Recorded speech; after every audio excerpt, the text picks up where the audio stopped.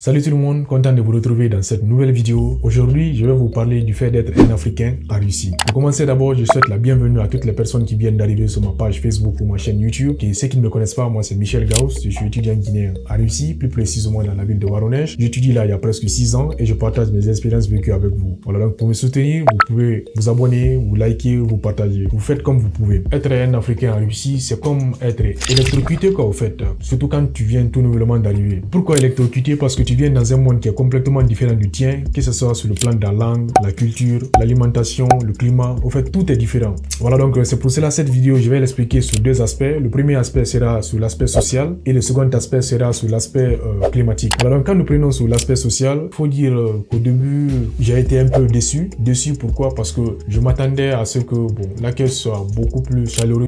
Parce que chez nous en Afrique, quand tu viens d'arriver dans un nouvel endroit, tu t'attends à ce que les gens soient beaucoup plus ouverts avec toi. Mais ici, ça a été un peu le contraire. Au début, je me suis pas rendu compte de cela parce que quand je venais d'arriver au début, j'étais avec mes amis de la classe préparatoire et ils étaient aussi, des étrangers comme moi. Ils venaient du Congo, de la Côte d'Ivoire, de l'Asie. Il y avait des Syriens, des gens du Laos. On était tous des étrangers, quoi. J'étais pas aussi confronté aux Russes. Mais quand j'ai terminé la classe préparatoire et j'ai commencé les cours en première année, d'abord, le premier jour, j'étais beaucoup déçu parce que là, je me suis pas retrouvé avec des personnes qui étaient ouvertes. En fait, moi, je me disais que comme je suis un étranger, ils allaient être beaucoup plus ouverts avec moi, ils allaient venir pour m'aider dans certaines situations, dans certaines difficultés. Mais ça n'a pas été trop le cas. Là, je venais tout nouvellement d'arriver, je ne parlais pas bien la langue et je sortais d'une situation un peu difficile quand j'avais fini la classe préparatoire. C'était la fin de l'hiver, l'alimentation et le climat avaient changé un peu mon régime et j'avais eu des petits problèmes de santé. Voilà, donc j'étais en train de me rétablir. Donc dans ça,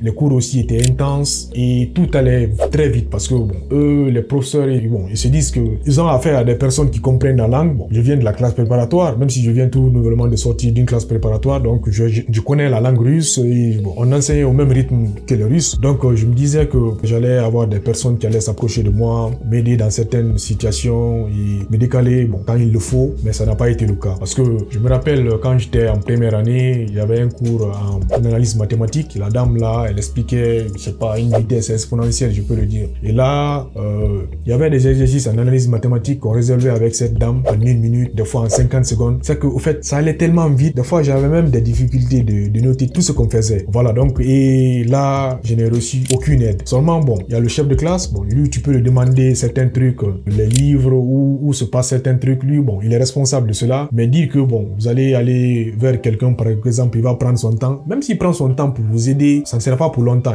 Il va juste prendre quelques minutes, là, vous aider. Et puis, quand ça commence à l'agacer, là, il te fera comprendre que mon frère, en fait, il pourra pas prendre tout son temps, comment dirais-je, à t'aider, quoi, en fait. Des fois aussi, c'est pour te pousser à réfléchir toi-même, quoi. Ça a beaucoup renforcé mon caractère, il faut le dire, parce que le fait d'être, comment dirais-je, de ne compter sur personne et de compter sur toi-même, ça renforce votre caractère, ça renforce votre motivation. Voilà, donc, il y a de l'aide, vous pouvez recevoir de l'aide de la part de vos amis, mais ne vous attendez pas à ce que, les gens soient aussi ouverts avec vous comme ça. Voilà, donc, d'une part, ça a été une déception, mais d'autre part, ça m'a permis de me forger, à forger mon caractère, à ne compter sur personne. Et il y a un truc que j'aimerais signaler concernant les films que nous aimons souvent regarder, là où on montre l'Afrique dans la misère, dans la famine, dans la guerre, dans les maladies. Au fait, on ne se rend pas compte de l'influence de ces films-là en Afrique. C'est quand nous venons à l'étranger, nous venons dans ces pays-là, qu'on se rend compte que ces films-là ont une très grande influence sur eux ici.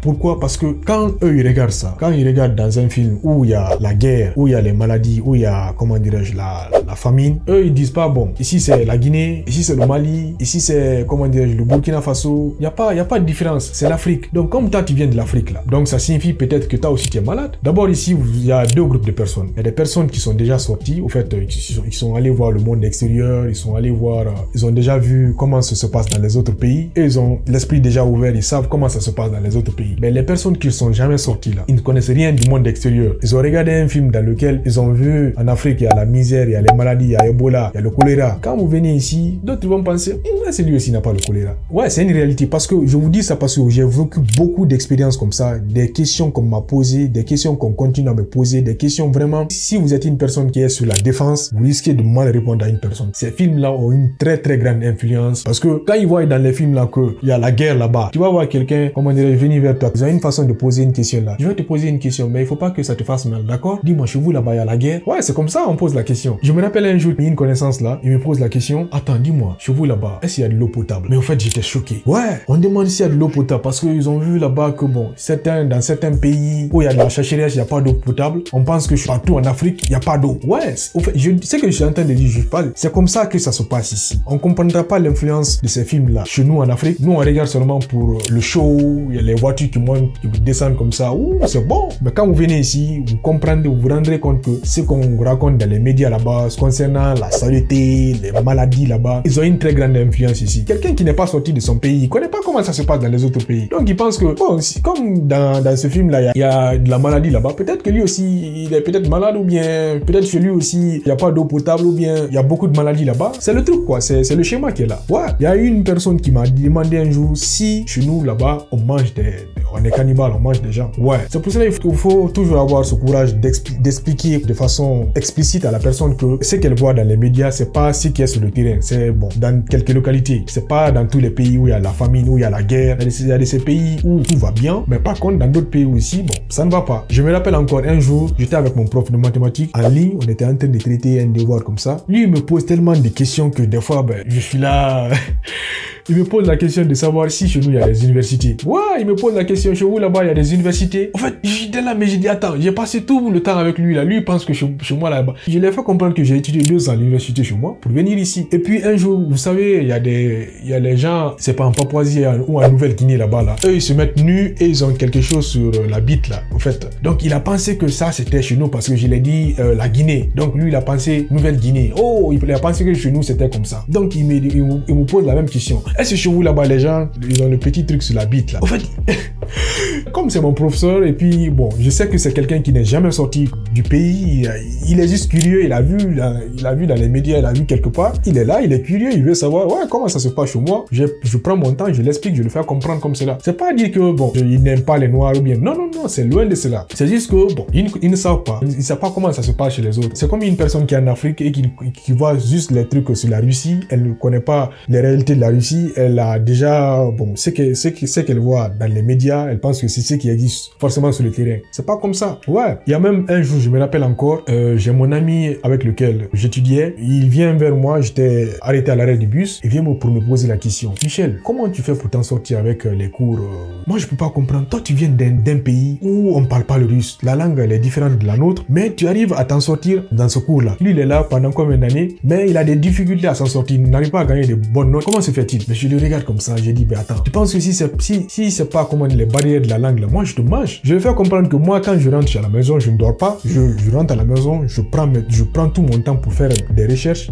Prends tout mon temps pour me mettre à jour comme ça. Quand je reviens, ça trouve que je suis un peu au même niveau que la dame. Je l'ai fait comprendre comme ça. Beaucoup ne le savent pas. C'est pour cela qu'il faut toujours avoir une bonne impression. Quand tu es africain, dans un autre pays, que ce soit en Russie, que ce soit dans n'importe quel pays, ayons toujours une bonne impression. Ne donnons jamais cette mauvaise impression-là. Ne montrez jamais que vous êtes nul. Ne montrez jamais un signe de faiblesse. Parce que eux, c'est la première impression qui compte. Il y a un Russe qui m'a dit ça un jour. Que lui, quand il voit un Africain faire un truc comme ça, lui, il va penser que tous les Africains sont comme ça. Oui, quand un Africain viole une fille ici, on pense que tous les Africains violent les filles. C'est comme ça se passe. Ouais, je suis en train de vous parler d'un truc comme ça. Ouais, c'est comme ça. C'est pour cela la première impression compte toujours. Pour ne même pas me limiter là-bas aussi. Un jour, je sortais de mon appartement. Il y a une vieille dame qui me rencontre au bas des escaliers. Elle me regarde comme ça. Elle voit que c'est un black. Elle me dit, attends, toi tu vis ici? Je dis, ben oui, je vis ici. Elle dit, mais comment se fait-il que toi tu vis ici? Je dis, oui, mais je vis ici. Je dis, ouais, le problème, ben, il y a quoi?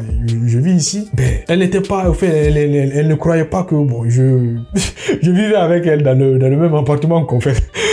Ça me fait rire, mais c'est un peu le truc, en fait. C'est des gens qui ne sont jamais sortis de leur pays, donc, et si vous vous dites, bon, que c'est du racisme, c'est pas du racisme, c'est d'une part, ça fait, c'est marrant, mais bon, c'est un peu comme ça. Je la fais comprendre que je vis dans cet appartement, je paye, et voilà, donc je suis là. C'est un peu le truc. Et s'il y a un truc qui me choque et qui continue à me choquer d'abord dans ce pays, c'est sur le plan des appartements là. Ouais. Au fait, le truc là me choque trop, ça me dépasse. Le truc, c'est quoi? C'est que c'est pas facile pour un noir, pas même pour un noir, pour un étranger d'avoir un appartement.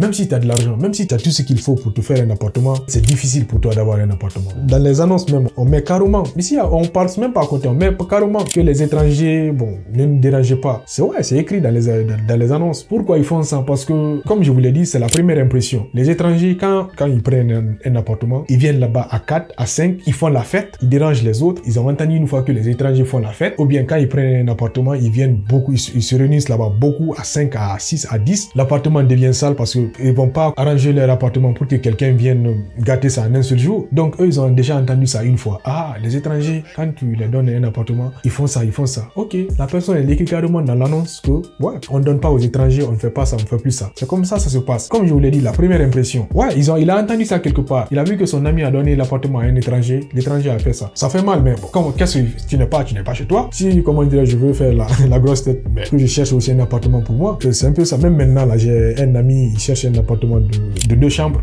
Il y a presque combien de semaines, nous sommes sur ça, mais il n'arrive pas à avoir cet appartement. C'est un truc qui me fait mal, ça me rentre, mais tu n'as pas le choix. C'est comme ça. Peut-être ceux qui sont passés, ils ont donné une mauvaise impression et ça fait qu'aujourd'hui, les gens qui louent les appartements, ils n'ont plus le courage de donner aux étrangers. Et sur le plan des relations avec les filles, là aussi, c'est autre chose. Quand vous êtes là avec une fille, bon, au fait, t'es là, tranquillement, tu marches avec une fille. C'est comme si tu étais genre une fashion week, quoi, au fait. Fashion week, du genre, les gens sont assis là, ils vous entourent, vous marchez tranquillement et tout le monde vous regarde. C'est un peu, c'est un peu le truc. En fait, il y aura tellement de regards. Ah là, non. En fait, déjà, quand vous êtes seul, les gens sont curieux de vous regarder. À plus forte raison, maintenant, toi, qui es, comme on dirait, jeune africain, tu es maintenant avec une fille blanche. Ah là, non. Il faut voir les gens vous regarder. Tu auras des regards partout. Il y a des regards qui sont là pour vous défigurer. Il y a des regards qui sont là pour la curiosité. D'autres même, ils se cachent pour juste vous observer. Ouais, il y a des personnes, quand vous marchez comme ça, ils vous regardent. Dès que vous les regardez, ils font semblant comme si vous regardaient.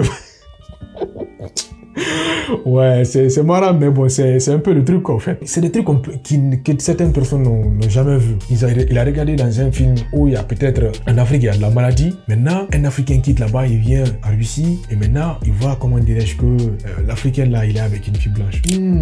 Si l'Africain là n'est pas malade, il va pas infecter la fille là. C'est comme ça. Au fait, je suis en train de vous parler d'un truc qui existe comme ça. C'est des personnes qui sont là, ils ont déjà une idée sur l'Afrique, ils sont jamais sortis, ils sont déjà, ouais, les idées là sont comme ça. Ou bien, ils ont vu en Afrique, comment dirais-je, il y a les gens cambriolent. On va dire, oh, là, le garçon là, est-ce qu'il va pas aller cambrioler la fille là?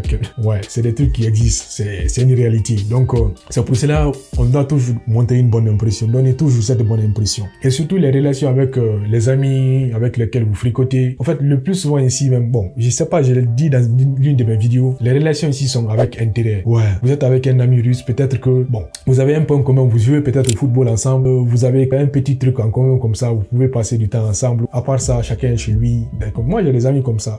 Pendant l'été comme ça, on peut se voir peut-être une fois en une année comme ça, ou bien 2 fois dans une année comme ça. Aujourd'hui, c'est comme un tel livre, ouais, on sort, on se promène, après ça, c'est fini.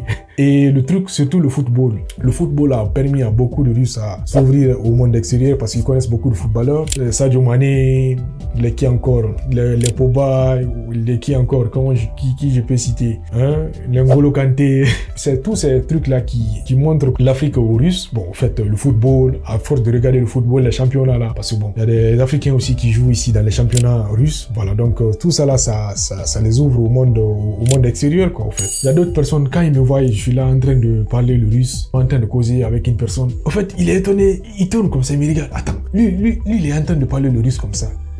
En fait, je me dis, ah mais attends, ça fait quoi quand je parle le russe? En fait, j'ai appris et puis voilà, donc il y a d'autres personnes qui me demandent, attends, où tu as appris le russe? Comment tu as appris le russe? Ouais, ils sont étonnés que je parle le russe comme ça. Mais bon, d'autres personnes, par contre, ils sont déjà habitués, mais à certaines personnes, ils n'arrivent pas à croire. Quand je suis là tranquillement en train de parler avec quelqu'un en russe comme ça, nous sommes sur une conversation, tu vas voir la personne, elle passe, mais elle prend un petit moment pour se rassurer réellement. Ouais, c'est lui, il est en train de parler le russe. Ouais, ça existe, il y a des personnes comme ça, des personnes curieuses, ils nous ont jamais vu des trucs comme ça. C'est une question de curiosité. Il y a beaucoup de trucs que je ne peux pas tout vous expliquer dans cette vidéo parce qu'elle risque d'être trop longue. Il y a maintenant sur le plan du climat, quand je vous dis que être un Africain en Russie, c'est être électrocuté, c'est un peu le truc, le climat, on n'en parle même pas. Vous imaginez que je vous quitte dans un monde où il fait, comment dirais-je, 25, 26 ou bien 30 degrés, vous venez dans un autre monde où il fait moins 17, moins 19, moins 20 degrés, mais en fait, c'est la panique totale, quoi, en fait. L'hiver, il fait tellement froid que tu te demandes, mais attends, comment on peut vivre avec ça? Il fait très froid pendant l'hiver. Vous devez porter des habits qui sont lourds, de grosses paires de chaussures pour lutter contre le froid. D'abord, la lutte contre le froid, là. C'est pour cela, moi, j'ai un truc que je peux dire. Si quelqu'un vient en Afrique, en Russie ici, il finit les études, tu vas dans n'importe quel pays, tu vas survivre. Ça, c'est clair. Des fois, tu n'as même pas envie de sortir. Que tu sois fille, garçon, tout le monde porte collants. Les collants que vous voyez là, tout le monde porte ça. Il n'y a pas de dire, ah, c'est les filles qui doivent porter des collants. Ici, il ne faut pas porter un collant. Un garçon, tu te protèges pas bien, mon frère, tu risques d'être impuissant. Là, il ne faut pas se mentir parce que la fraîcheur, elle n'est pas bon, comment dire, pour la prostate. Pendant l'été aussi, il fait chaud. En fait, je suis étonné qu'il fasse tellement chaud en Russie ici pendant l'été, hein, plus qu'en Afrique. Quand je l'ai dit, mais attends, chez nous, pendant l'été, il fait pas aussi chaud comme ça, moins 40 degrés. Ben attends, chez moi, au maximum, c'est moins 30 degrés. Ouais. Et ici, pendant l'été, il fait moins 40 degrés. Vous voyez, non? En fait, tout est différent. Pour résumer en quelque sorte, je veux vous faire comprendre que dans n'importe quel pays, dans n'importe quelle nation, il y a deux catégories de personnes. Il y a toujours de bonnes personnes et de mauvaises personnes. En Russie, vous rencontrez de bonnes personnes et vous rencontrez aussi de mauvaises personnes. Voilà, donc, il n'y a pas à dire que, comment dire, il y a question de racisme, il n'y a pas de racisme. Bon, si ça existe, c'est des personnes, quand ils savent que, comment dire, ils n'aiment pas les noirs, ils te parlent pas, ils ne te calculent pas. Ils ne t'aiment pas, ils ne te calculent pas. Bon, je n'ai jamais été victime de racisme à l'université, partout où je suis. Quelqu'un n'est jamais venu vers moi pour m'attaquer ou pour me dire que, bon, toi, t'es comme ça. S'il y a encore un truc à souligner, le russe, il te donnera toujours ce que tu mérites. Il ne passera jamais à côté. Quand j'étais en première année, j'avais affaire à des professeurs qui n'ont jamais eu affaire à des Africains. Ils se sont jamais dit, bon, comme lui vient d'Afrique, bon, je peux pas lui donner une certaine note comme ça parce qu'il est africain. Non, non.